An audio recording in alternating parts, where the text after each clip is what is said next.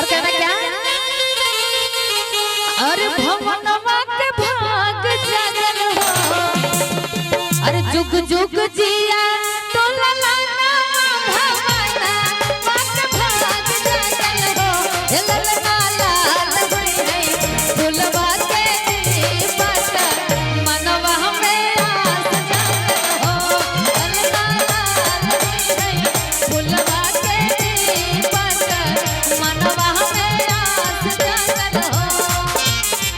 जुग जुग जिया तो ललना भवना के भाग जागल हो। जुग जुग जिया तो ललना भवना के भाग जागल हो। ललना लाल होई फुलवा के दीपक मनवा में आस जागल हो। ललना लाल होई फुलवा के दीपक मनवा। क्या बात है?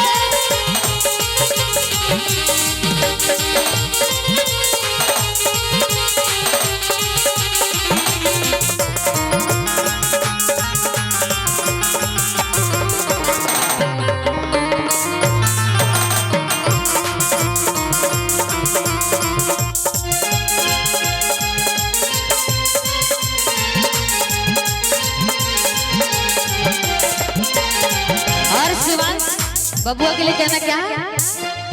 नकियाता हवाई जैसे दादा जी के आखी यहाँ दादी के हो।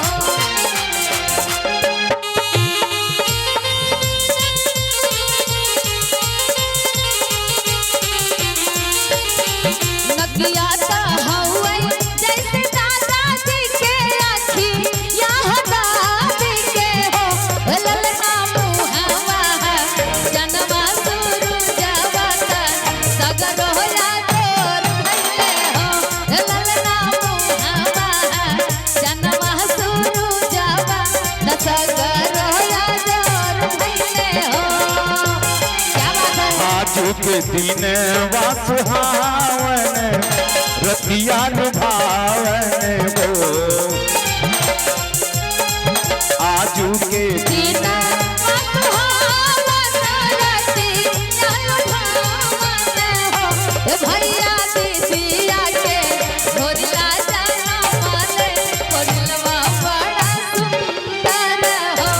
भैया दीदिया के भोरिया जाना माले कोलवा बड़ा सुंदर हो। क्या बात है? क्या हो?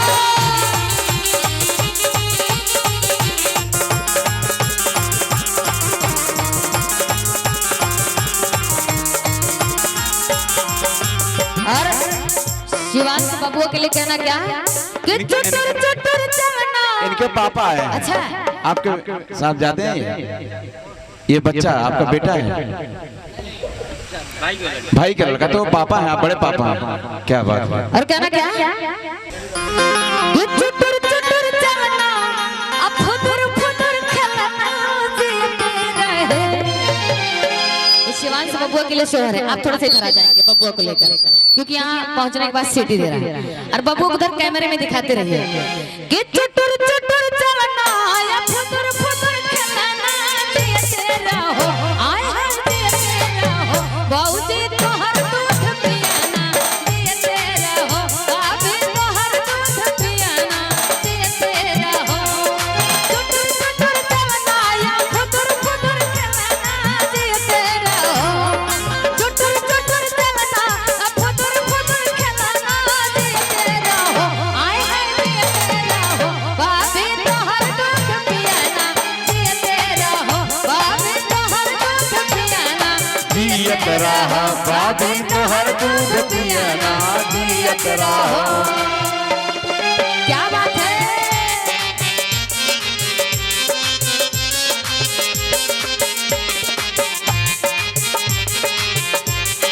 जय हो।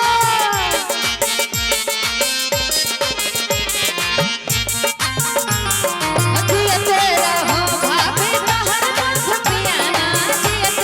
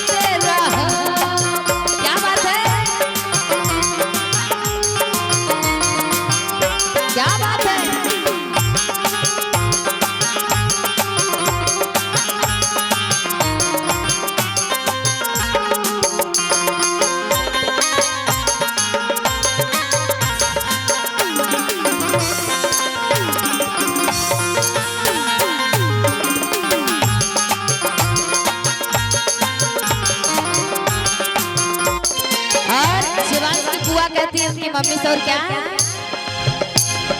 हाँ हाँ हाँ अरे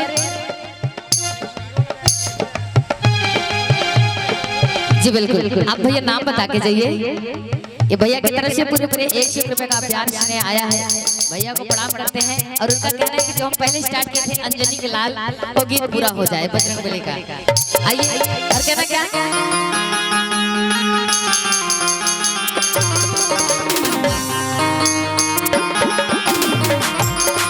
बजरंगबली के दहिया लाल लाल बा गदवा विशाल बाना बजरंगबली के दहिया लाल लाल बा गदवा विशाल बाना गदवा विशाल बा दहिया लाल लाल बा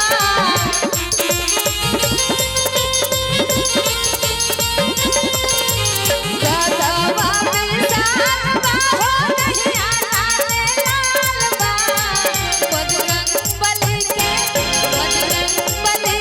दहिया लाल लाल बा गदवा विशाल बाना बजरंगबली के दहिया लाल लाल बा गदवा विशाल बाना। भैया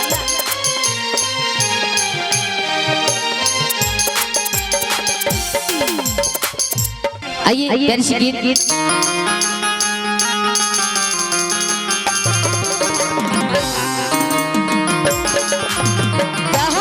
बली बाबा बजरंगबली की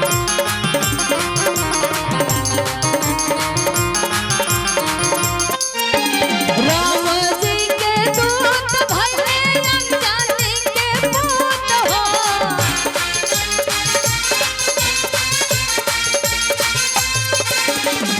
राम जी के दूत भले अंजनी के पूत हो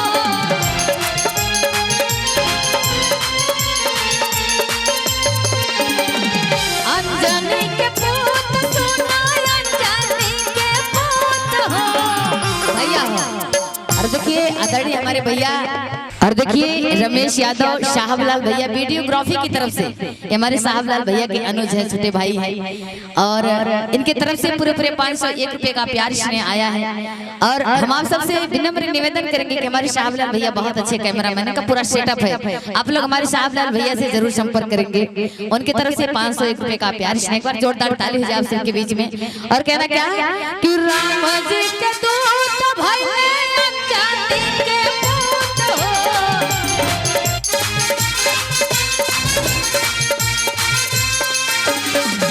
अंजनी के पूत सुना अंजनी के पूत हो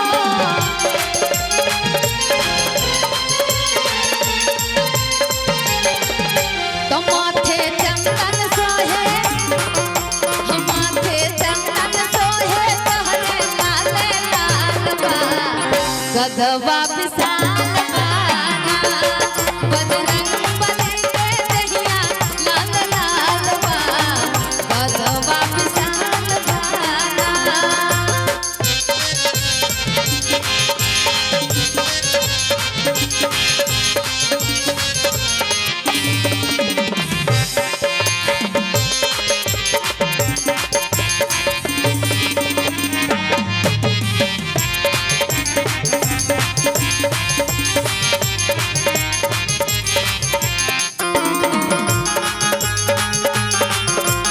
क्या बात है भैया। रुद्र और आयुष ये दोनों बाबू की तरफ से 101 रुपए का प्यार स्नेह आया है। एक बार जोरदार ताली हो जाए दोनों बाबू के लिए। और कहना क्या है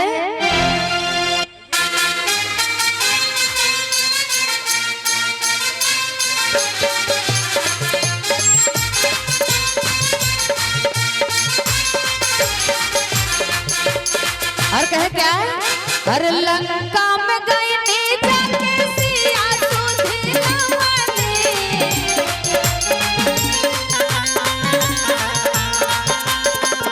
लंका में गई नी जाके सिया सुधी